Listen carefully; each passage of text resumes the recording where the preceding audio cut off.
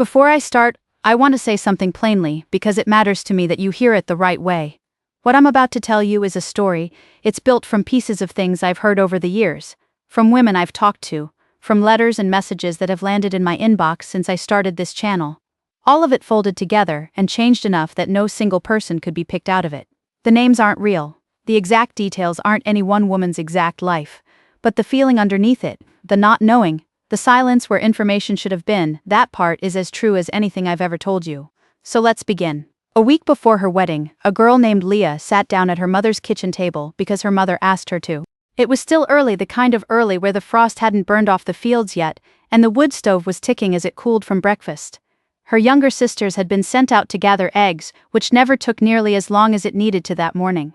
The house had gone unusually quiet, and Leah remembers thinking, sitting there with her hands folded the way she'd been taught, that this was the moment. This was where her mother would finally tell her whatever it was a mother tells a daughter before she becomes a wife. Her mother reached across the table, patted her hand once and said, "You know your Bible verses." A wife submits to her husband. "Trust the Lord and trust your husband, and everything else will follow." Then she stood, smoothed her apron flat with both palms, and went back to the sink. And that was in its entirety, the conversation. 9 words of actual instruction delivered like a blessing before the most disorienting night of a 19-year-old girl's life. If you're new to this channel, welcome. I'm the one behind bonnets and backroads, and this is where I talk about the parts of growing up old order Amish that nobody hands you a script for, the silences, the things left unsaid, the gaps between what a community teaches and what a person actually needs to know to walk through her own life whole. If any of this resonates with you, I'd love it if you'd subscribe, tap the like button, and turn on notifications so you don't miss what's coming next. And down in the comments, tell me where you're tuning in from tonight. I read every single one of them, and it means more than you'd think to know who's out there listening. Now here's what I want you to understand before I go any further. This isn't the story of one unlucky girl who happened to have a distant mother or an unusually quiet household. What I'm describing is closer to the norm than the exception in the world I'm drawing from. Some girls got a little more than 9 words, a rare few got almost nothing at all, but the shape of it, vague, brief, delivered once and never revisited, that shape repeats itself across farmhouse kitchens and church districts more than most outsiders would ever guess. And the consequences of that gap in understanding don't stay contained to a single wedding night. They ripple forward for years into ordinary Tuesday mornings, into marriages that look from the outside like the picture of order and peace. I've turned this over more times than I can count since I left that world. In therapy, in journals, in long drives with nothing but the sound of tires on pavement to keep me company. And what I keep landing on is that there were really 3 things girls like Leah were taught about men and marriage before their wedding night. 3 lessons considered sufficient preparation for an entire lifetime of intimacy, and not one of the 3 actually equipped anyone for anything. The first lesson was this: a man's needs come first, and a wife's role is to meet them without complaint.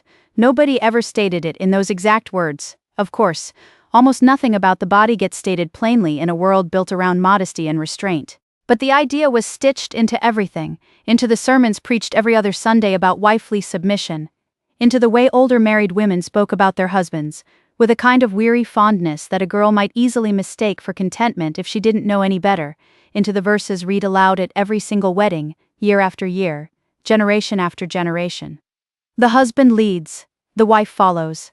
Whatever he requires, she provides, and whatever she might require in return simply never enters the conversation, because the conversation was never designed to include her. Leah remembers an aunt pulling her aside a few days before the ceremony, a woman she'd always admired, someone who ran a household of 9 with a calm, unhurried grace that made the whole operation look almost effortless.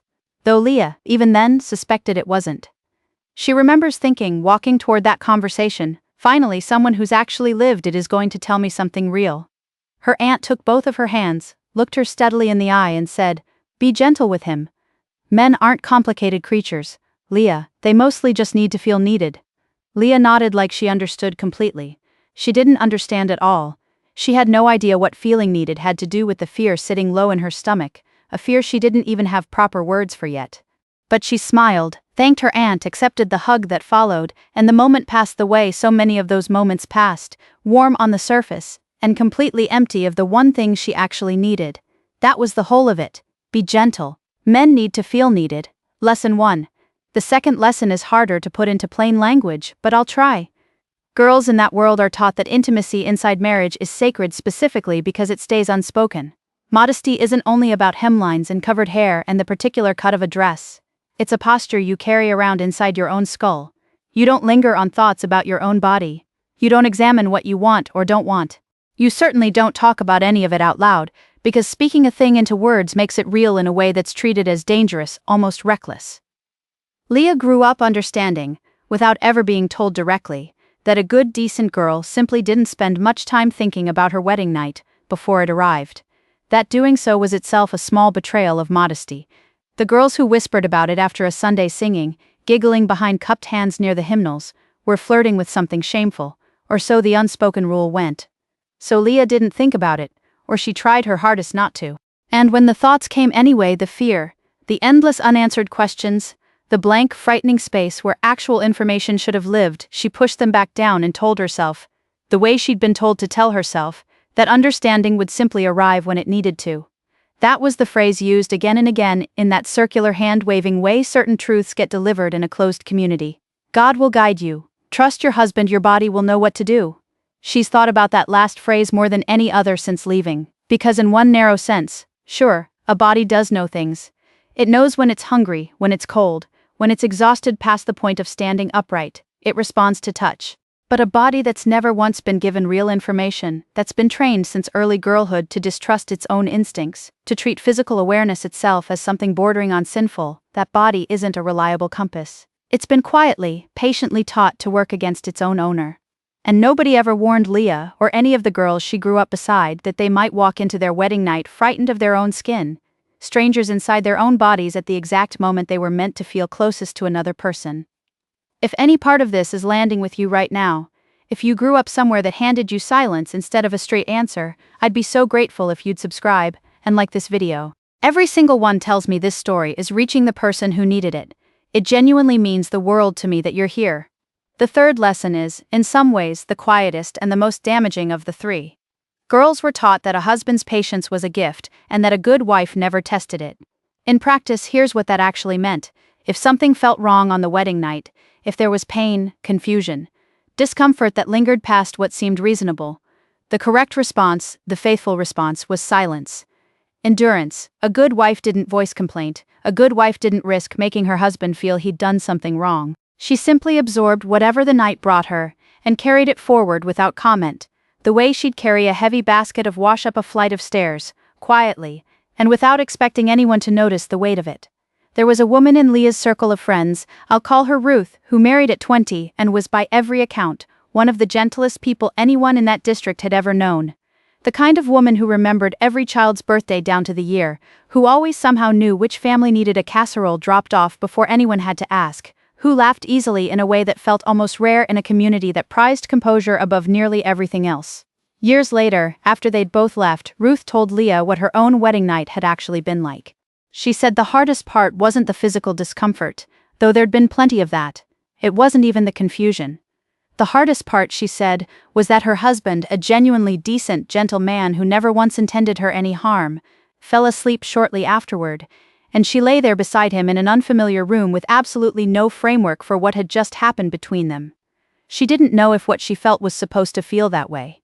She didn't know whether she'd done something wrong, or he had, or whether the ache sitting in her chest was grief or shame or simply the ordinary texture of marriage that nobody had bothered to describe to her in advance. She told Leah she stared at the ceiling until the sky outside the window started turning gray, and in the morning she got up, made breakfast exactly as she always did, and never said a single word about any of it to anyone, because that was the third lesson, fully absorbed. A good wife doesn't test her husband's patience.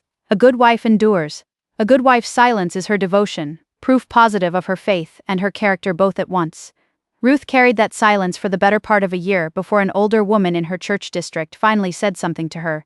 Not directly, almost never directly in that world, but sideways, the way forbidden knowledge tends to travel between women who've been taught for decades not to speak plainly. A remark about how a certain kind of oil could ease certain kinds of soreness. A look held half a second longer than it needed to be. A door left cracked open just far enough for Ruth to notice it and eventually step through. Nearly a year, simply because nobody had thought to tell her the door existed in the first place.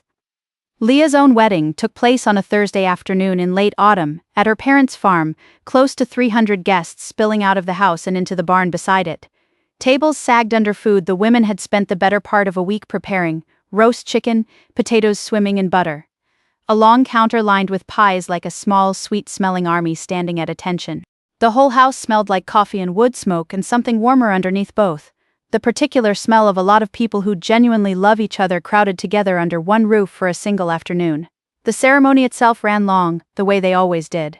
The bishop preached at length about yielding, about laying the proper foundation under a household, about what scripture asked of a husband, and separately, and at far greater length, of a wife. Leah sat through it in her new dress, hands folded in her lap exactly as she'd been taught since childhood, and underneath all that listening, she kept circling back to that kitchen table conversation from the week before. 9 words: a wife submits to her husband. Trust the Lord and trust your husband. That was apparently all she needed to know. By the time she and her new husband, a quiet, serious young man named David, were finally alone that night, Leah had been on her feet for nearly 20 straight hours. Her feet ached with a deepness that seemed to reach all the way up into her spine. Her cheeks hurt from smiling. The bedroom was simple and plain, the way everything in that world was simple and plain. A wooden bed frame David had built with his own hands that spring. A quilt stitched by Leah's grandmother in squares of pale blue and cream, a basin of cool water sitting on the dresser, and a single kerosene lamp burning low on the nightstand, throwing long, soft shadows up along the walls. David sat down on the edge of the bed and loosened his collar. He looked at her. She looked at him, and in that particular moment, Leah realized with something close to relief, they were both equally frightened, equally unprepared. 2 people handed the whole rest of their lives together and shown into a room with no map and no real instructions between them, just the quiet, unspoken expectation that somehow, some way, they'd managed to find their footing. What happened that night wasn't cruel.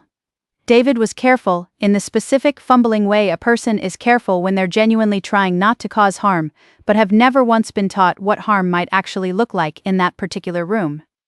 There was discomfort Leah hadn't been prepared for. There were moments she wanted to ask a question and found she simply didn't have the words handy. There were moments she wanted to say wait and wasn't at all sure she was even allowed to say it. Because that was the lesson, wasn't it? A wife submits. A wife doesn't test patience. The body knows. Her body did not know. Her body was asking questions nobody in her life had ever thought to answer ahead of time. Afterward, David held her in the dark and asked quietly, "Are you all right?" And Leah said yes. It wasn't entirely a lie. She was all right in the sense that she was still there. Still breathing, still fundamentally herself. But she was also all right in the specific hollowed-out way you say you're all right when you simply don't have any other vocabulary available to you, when the only language anyone ever handed you was submission and endurance and silence, and none of those words quite mean fine, but none of them quite mean the opposite, either. They lay there a long while, the lamp burning down low, the ordinary sounds of the farm drifting in through the window, horses shifting in their stalls, wind moving steadily through the harvested fields, the whole world outside continuing exactly as it had the night before, entirely indifferent to everything that had just changed inside that one small room. In the months after Leah eventually left that life behind, after the shunning had settled into its own particular permanent kind of quiet, letters sent home and never answered, phone calls that rang and rang into a silence that became its own kind of message, she found a therapist. A woman with a small office crowded with plants and a patience that never once seemed to run short. In one of their early sessions, Leah described that first night, not dramatically, just factually, testing each sentence carefully as she said it. The way you'd test the weight a plank of old wood could actually bear before you trusted it with your full weight.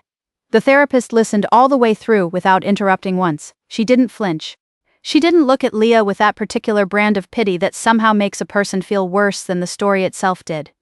She simply listened, and when Leah finally finished, she said something that Leah has carried with her ever since. She said you weren't left unprepared because nobody cared about you. You were left unprepared because the system needed you to stay that way. Leah sat with that sentence for a long time afterward, turning it over the way you'd turn over something that ends up being heavier than it first looked, because the therapist was right. A young bride who understands her own body, who has language ready for her own experience, who knows in her bones that her comfort matters and that her pain isn't some kind of spiritual examination to be passed. That woman is considerably harder to keep quiet. That woman asks questions. That woman might actually say wait, or I need more time, or this doesn't feel right to me. And a woman who says those things out loud is a woman a closed, tightly ordered system can no longer fully control. The silence, in other words, was never really about modesty at all. The silence was structural. It was load-bearing. It held an enormous amount of weight up, quietly, generation after generation, passed down so carefully and so consistently from mother to daughter that nobody standing anywhere in that long chain ever stopped to ask the obvious question: is this kind? Is this honest? Is this actually what love is supposed to look like between two people who are meant to spend the rest of their lives side by side?